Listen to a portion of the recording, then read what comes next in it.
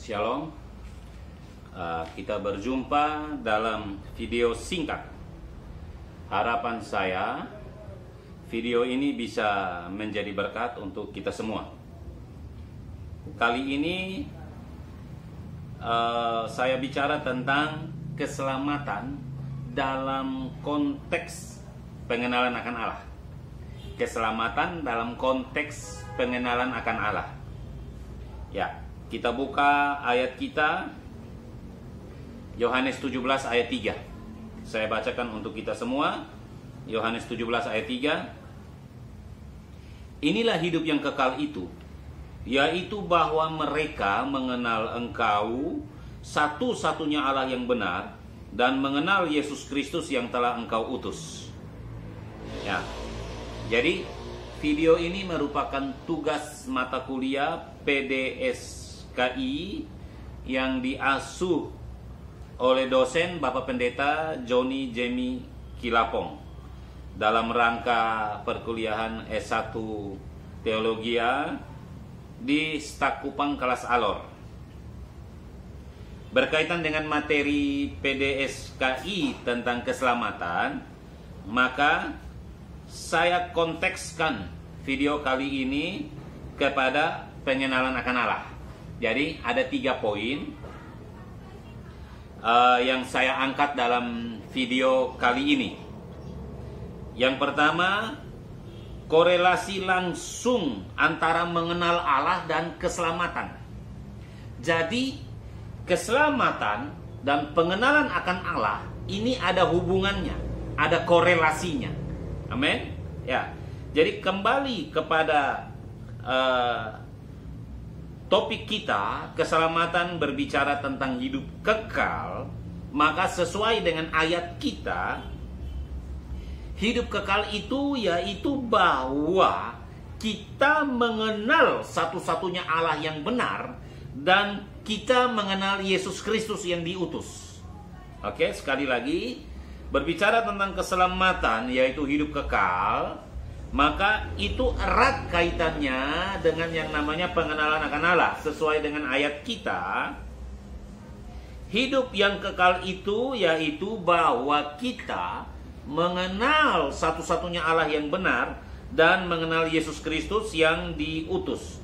Jadi dari ayat kita ada identifikasi, ada keidentikan, oke, dari definisi hidup kekal, yaitu apa? Pengenalan akan Allah. Jadi ada satu identifikasi makna atau identifikasi definisi atau identifikasi pengertian antara hidup kekal dan pengenalan akan Allah. Sesuai dengan Yohanes 17 ayat 3. Hidup yang kekal itu yaitu bahwa apa? Kita mengenal satu-satunya Allah yang benar dan mengenal Yesus Kristus yang diutus. Ya, seperti itu. Jadi artinya bahwa hidup kekal pasti identik dengan pengenalan akan Allah. Amin. Kalau ada orang yang mengklaim dirinya bahwa dia sudah beroleh hidup yang kekal, maka pastilah harus bisa terlihat.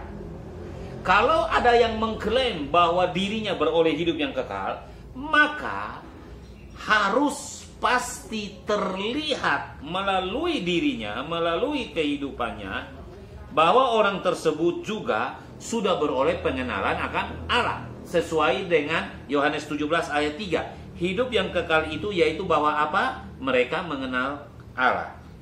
Amin.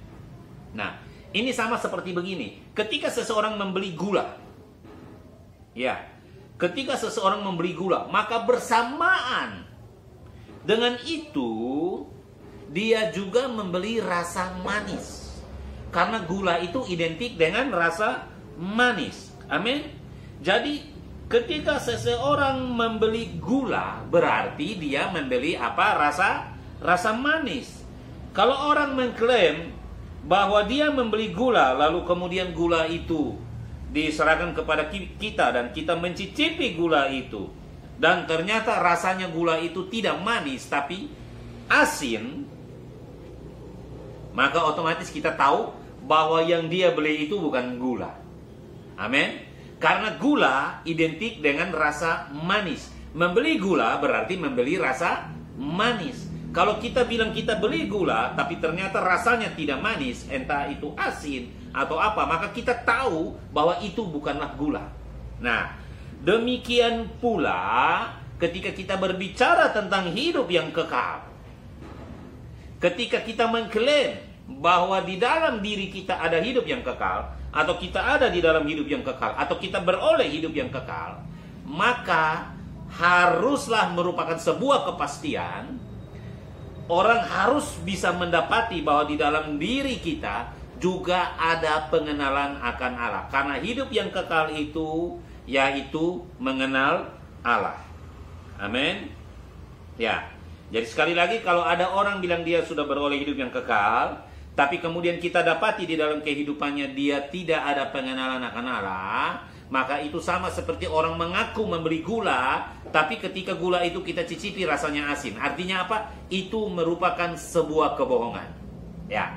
Jadi poin yang pertama, keselamatan itu memiliki korelasi yang erat dengan pengenalan akan Allah. Amin. Sekarang poin yang kedua. Teologi seharusnya mengubahkan. Sekali lagi, teologi seharusnya mengubahkan.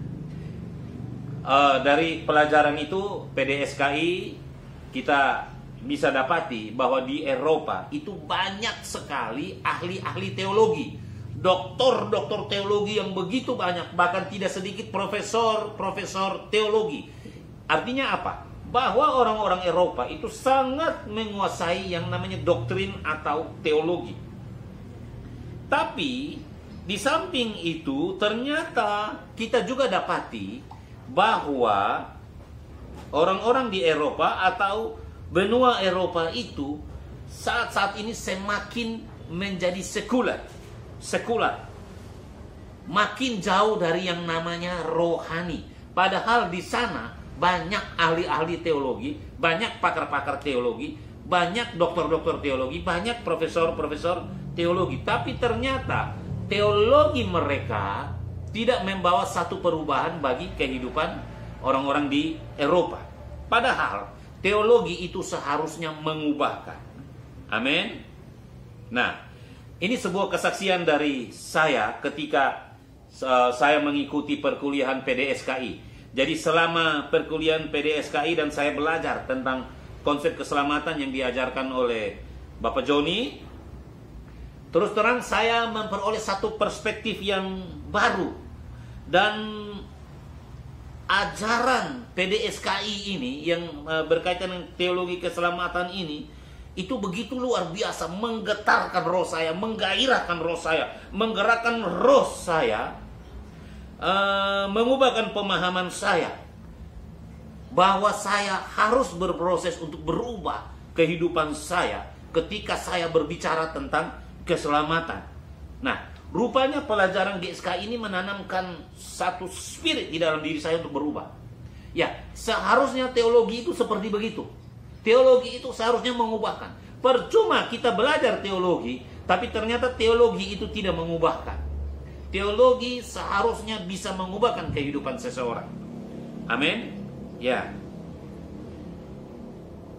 Keselamatan adalah sebuah proses untuk berubah dari kodrat dosa menjadi kodrat ilahi demi kembalinya manusia kepada rancangan semula Allah.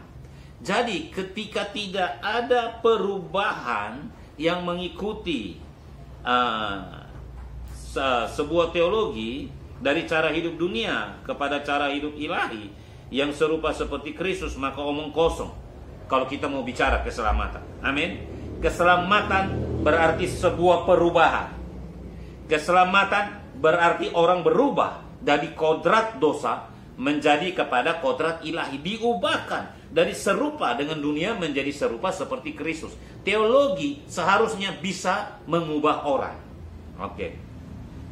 Poin yang ketiga berbicara tentang proses. Jadi sekali lagi, keselamatan adalah proses di mana Allah bertindak untuk mengembalikan manusia kepada rancangan semulanya.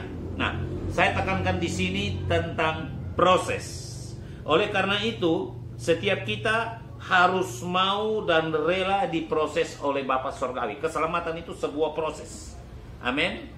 Kita diproses perlahan-lahan, berubah. Kita mengenakan kodrat ilahi, perlahan-lahan kita diubah untuk menjadi serupa seperti Kristus. Kita dikembalikan kepada rancangan semula Allah. Nah, dalam hal proses ini ada dua hal penting di sini. Dalam kita bicara proses ada dua hal penting di sini. Yang pertama, harus ada kerjasama dari pihak manusia, atau saya katakan seperti sebuah sinergi. Jadi harus ada kontribusi dari pihak manusia. Walaupun keselamatan itu adalah pekerjaan Allah, mengembalikan kita kepada rancangan semulanya, tapi harus ada kontribusi dari kita, yaitu apa? Kita merelakan diri kita, kita mau memberi diri kita untuk diproses oleh Tuhan. Amin. Hal yang kedua adalah fasilitas keselamatan. Di dalam proses keselamatan itu ada fasilitas keselamatan, yaitu apa? Penebusan, Roh Kudus, kuasa firman Allah, dan juga penggarapan Allah. Dan semuanya itu berlangsung di dalam bertumbuhnya pengenalan akan Allah. Semakin kita diproses, semakin kita mengenal Allah. Amin. Sampai pada akhirnya kita menjadi serupa dan segambar seperti Kristus, sesuai dengan rancangan Allah yang semula. Demikian video singkat dari saya. Keselamatan adalah berolehnya kita akan hidup kekal, dan itu berbicara atau itu identik dengan pengenalan akan Allah. Juga kalau kita berbicara tentang teologi, maka teologi haruslah bisa mengubahkan kita. Dan yang terakhir, keselamatan adalah sebuah proses, dan itu harus berlangsung di dalam pengenalan akan Allah. Untuk sekian kalinya saya mau katakan, PDSK ini benar-benar memberi perspektif baru di dalam perbendaharaan pemahaman saya akan keselamatan. Terima kasih untuk Bapak Joni. Tuhan memberkati Bapak Joni Kilapong.